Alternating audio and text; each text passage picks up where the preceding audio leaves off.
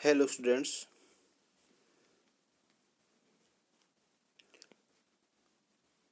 आप सभी का ऑनलाइन क्लास में स्वागत है। आज हमारा टॉपिक है वायु परिवहन यानी कि एयर ट्रांसपोर्ट। आधुनिक युग को हवाई युग कहा जाता है। इस युग में वायु परिवहन का प्रचलन बहुत बढ़ गया है। वायु परिवहन परिवहन का एक तेज नवीनतम साधन है, किंतु यह एक महंगा साधन है। पिछले 50 वर्षों में वायु परिवहन में बड़ी तीव्र गति से उन्नति हुई है। वर्तमान में आवाज़ की गति यानी कि ध्वनि की गति से भी तेज चलने वाले वायुयान आकाश की ऊंचाइयों को छूते हैं। आकाश की ऊंचाई के दूसरे जो ग्रह हैं, उपग्रह हैं, उन तक भी इन रॉकेट के द्वारा पहुंच संभव हो गई है। व्यावसायिक दृष्टि से वायु यातायात प्रथम विश्व युद्ध के बाद 1914-1919 में जो प्रथम विश्व युद्ध हुआ था, उसके बाद इनका व्यावसायिक तौर पर इनका विकास तेजी से हुआ है। 1926 में संयुक्त राष्ट्र अमेरिका में व्यावसायिक तौर पर हवाई यात्री उड़ान व डाक सेवा आरंभ की गई और भारत में वायुयान परिवहन का प्रारंभ सर्वप्रथम 1911 में किया गया, जिसे इलाहाबाद से नैनी के बीच डाक सेवा के रूप में प्रारंभ किया गया था। ठीक है, तो यानी कि भारत में वायु परिवहन कब स्टार्ट हुआ था? 1911 में। और कहाँ से? इलाहाबाद से नैनी, जो उत्तर प्रदेश में पड़ते हैं। ये लगभग इलाहाबाद से नैनी वैसे ही 10-11 किलोमीटर का ही है। उनके बीच में सेवा सबसे पहले प्रारंभ की गई थी। उसके बाद भारतीय वायु परिवहन का निरंतर विकास होता गया। 1953 में वायु सेवाओं का राष्ट्रीयकरण कर दिया गया। यानी कि 1953 से पहले जो वायु सेवाएं थी वो निजी क्षेत्र में थी। 1953 में उनका राष्ट्रीयकरण कर दिया गया, यानी गवर्नमेंट के अंडर में चली गई वो सेवाएं। इसके द्वारा कम समय में दूरस्थ स्थानों पर हल्की व मूल्यवान वस्तुओं को भेजना आसान हो गया। किसके द्वारा? यानी वायुयान जो परिवहन है उनके द्वारा दूरी वाले जो स्थान हैं उन पर हल्की और मूल्यवान जो वस्तुएं उनको भेजना आसान हो गया। वायु परिवहन की विशेषताएं। Characteristics of air transport. First है, वायु यातायात परिवहन के साधनों में सबसे अधिक तीव्रतम साधन है। जितनी दूरी को जलयान 20 दिन में तय करते हैं, उसे वायुयान मात्र 13 घंटे में ही तय कर लेते हैं। प्रेजेंट टाइम में देखिए, जो वायुयान है उनकी स्पीड बहुत ज़्यादा हो गई है और पूरी पृथ्वी पर ऐसा कोई स्थान नहीं है जो 35-36 घंटे की दूरी से अधिक हो। यानी किसी भी स्थान पर मैक्सिमम 35-36 घंटे में पहुंच जाते हैं। नेक्स्ट पॉइंट है कि लंबी यात्राओं के लिए यह आरामदायक परिवहन का साधन है। अगर लंबी दूरी तय करनी है, फॉर एग्जांपल हमें भारत से अमेरिका जाना है, तो हमें वायुयान के द्वारा ही जाना पड़ेगा।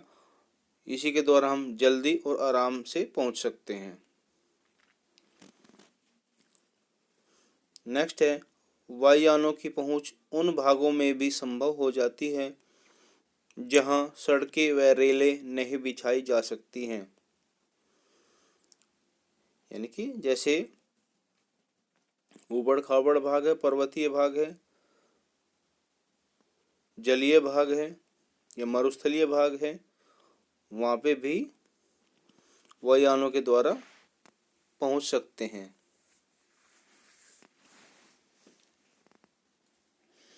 नेक्स्ट है वायु यातायात द्वारा यात्रियों, डाक, हल्के भार वाली, मूल्यवान तथा शीघ्र खराब होने वाली वस्तुओं का परिवहन होता है।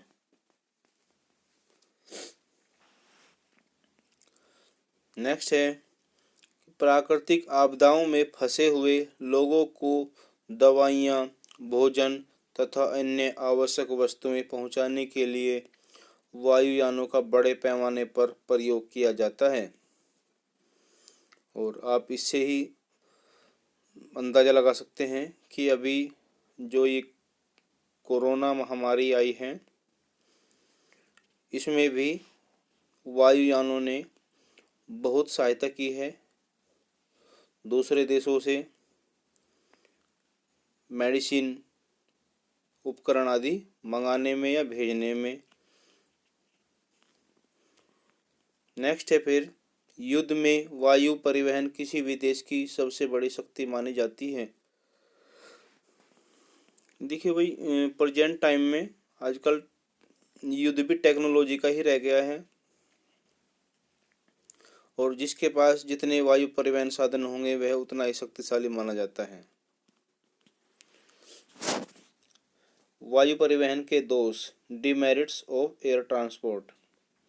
भाई अगर इसकी कुछ खूबियां हैं, कुछ विशेषताएं हैं, तो इसके कुछ दोष भी हैं। जैसे फर्स्ट है, यह परिवहन का सबसे महंगा साधन है, अतः इसका लाभ केवल धनी लोग ही उठा सकते हैं। गरीब लोग तो इसकी यात्रा के बारे में सोच भी नहीं सकता।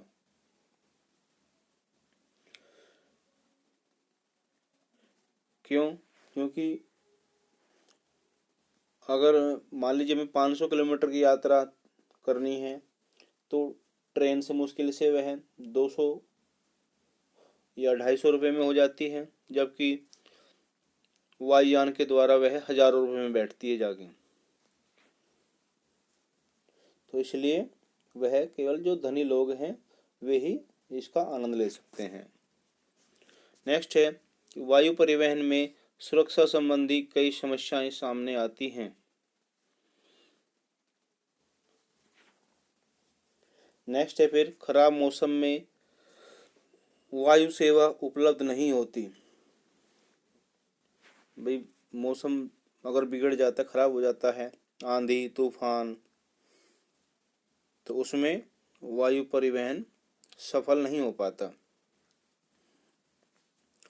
नेक्स्ट है फिर विभिन्न प्रकार की बीमारियां एवं मच्छर व कीड़े मकोड़े अनजाने में ही वायुयानों द्वारा एक क्षेत्र से दूसरे क्षेत्र में पहुंच जाते हैं। ठीक है, यानी किसी क्षेत्र में अगर मान लीजिए कोई बीमारी है तो वह अगर कोई मच्छर है कीड़े मकोड़ों के द्वारा दूसरे देश में पहुंच जाता है। फॉर एग्जांपल अभी जो कोविड महामारी है वो सबसे पहले चीन में आई थी, लेकिन वायुयानों में जो यात्री दूसरे देशों में गए वह उनके थ्रू उन देशों में भी पहुंच गई और इस तरह पूरे विश्व में आज कोविड की महामारी फैल गई है। नेक्स्ट है कि वाहनों की दुर्घटनाएं एवं अपहरण जैसी समस्याएं कई बार भयंकर रूप धारण कर लेती हैं। नेक्स्ट है वायु परिवहन को प्रभावित करने वाले कारक। वायु परिवहन को बहुत से भौतिक, आर्थिक तथा सामाजिक कारक प्रभावित करते हैं। कुछ महत्वपूर्ण कारकों का संक्षिप्त वर्णन निम्नलिखित है। पहला है जलवायु तथा मौसम। जलवायु तथा मौसम का वायु परिवहन पर गहरा प्रभाव पड़ता है। सफल उड़ानों के लिए साफ आकाश तथा दृश्यता आधारभूत आवश्यकताएं हैं। वर्षा, चक्रवात, धुंध, हिमपात, गहरे बादलों आदि की स्थिति में उड़ानें रद्द करनी पड़ती हैं। यद्यपि आधुनिक प्रौद्योगिकी ने वायु उड़ानों को जलवायु तथा मौसम के विपरीत परिस्थितियों से काफ़ी हद तक मुक्त कर लिया है। फिर भी बहुत से वायुमार्ग ऐसे हैं जो अन्य वायुमार्गों से अधिक अनुकूल हैं। नेक्स्ट है उच्चावच। सभी उड़ानें हवाई अड्डों से ही भरी जाती हैं। हवाई अड्डों के निर्माण के लिए समतल भूमि की आवश्यकता होती है। कम ऊंचाई पर उड़ने वाले वाहनों का पर्वतों से टकराने का खतरा बना रहता है। सामान्यतः हवाई अड्डों के निर्माण के लिए काफ़ी भूमि की आवश्यकता होती है और इन्हें घनी आबादी वाले नगरों से कुछ दूरी पर ही बनाया जाता है। नेक्स्ट है देश का आकार तथा विस्तार। किसी भी देश का आकार तथा विस्तार वहां पर वायु परिवहन को प्रभावित करता है। संयुक्त राज्य अमेरिका में अधिकांश लोग लंबी दूरी की यात्रा के लिए रेल के स्थान पर वायु परिवहन का ही प्रयोग करते हैं, क्योंकि वायु परिवहन में रेल परिवहन की अपेक्षा अधिक गति तथा सुविधा होती है। इसका मुख्य कारण संयुक्त राज्य अमेरिका का अधिक क्षेत्रफल तथा लंबी दूरियां हैं। अतः अंतः महाद्वीपीय यात्राओं के लिए वायु परिवहन सबसे सस्ता साधन है। इस प्रकार की स्थिति रूस, कनाडा, ऑस्ट्रेलिया तथा ब्राज़ील जैसे बड़े आकार तथा विस्तार वाले देशों में भी पाई जाती है। यूरोप में अपेक्षाकृत छोटे आकार के देश हैं। इन देशों में आंतरिक वायु परिवहन का महत्व कम है। यद्यपि अंतर्राष्ट्रीय वायु परिवहन बहुत महत्वपूर्ण है। उत्तर पूर्वी भारत में ऊबड़ खाबड़ भूमि, घने वन तथा तीव्रगामी नदियों के कारण रेल तथा सड़कों का निर्माण नहीं हो पाया। अतः इसी क्षेत्र में वायु परिवहन अधिक सस्ता तथा सुविधाजनक है।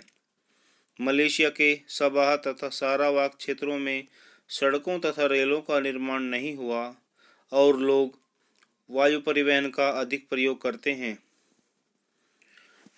क्योंकि भाई जो मलेशिया है देखिए वो द्वीपों वाला देश है, तो वहाँ पे लगातार स्थलीय भूमि नहीं है, तो क्या होगा, इस वजह से वहाँ पे वायुयानों का प्रयोग किया जाता है। ऐसे इंडोनेशिया है, फिलीपींस है, बहुत से ऐसे देश हैं।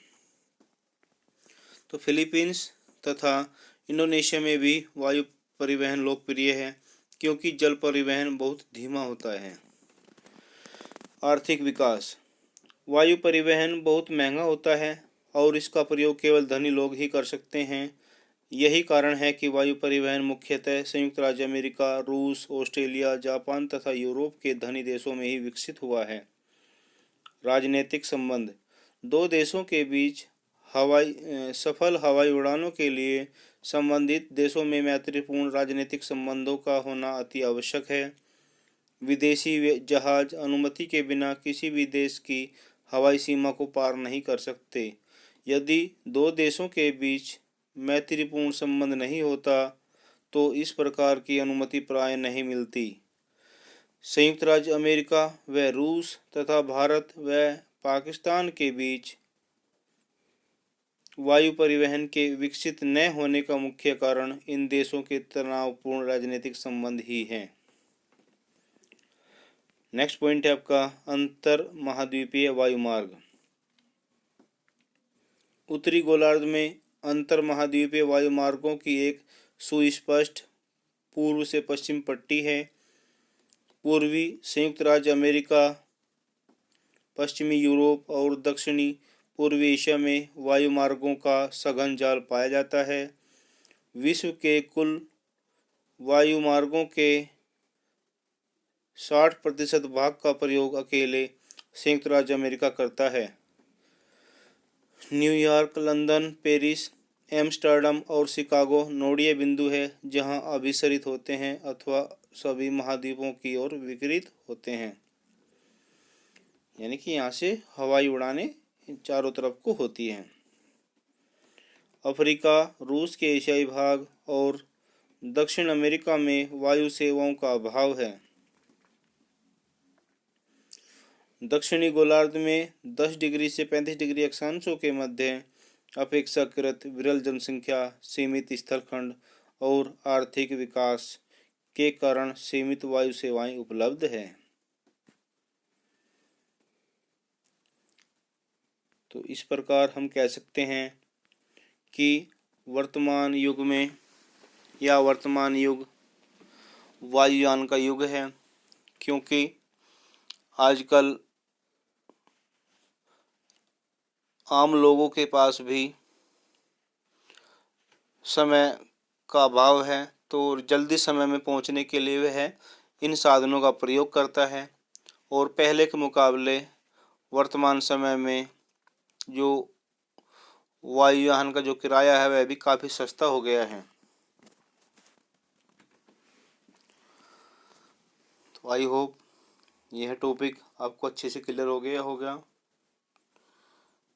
स्टूडेंट्स, अगर आपको पसंद आया हो तो प्लीज़ इसको लाइक और शेयर करें। आज के लिए बस इतना ही। That's all.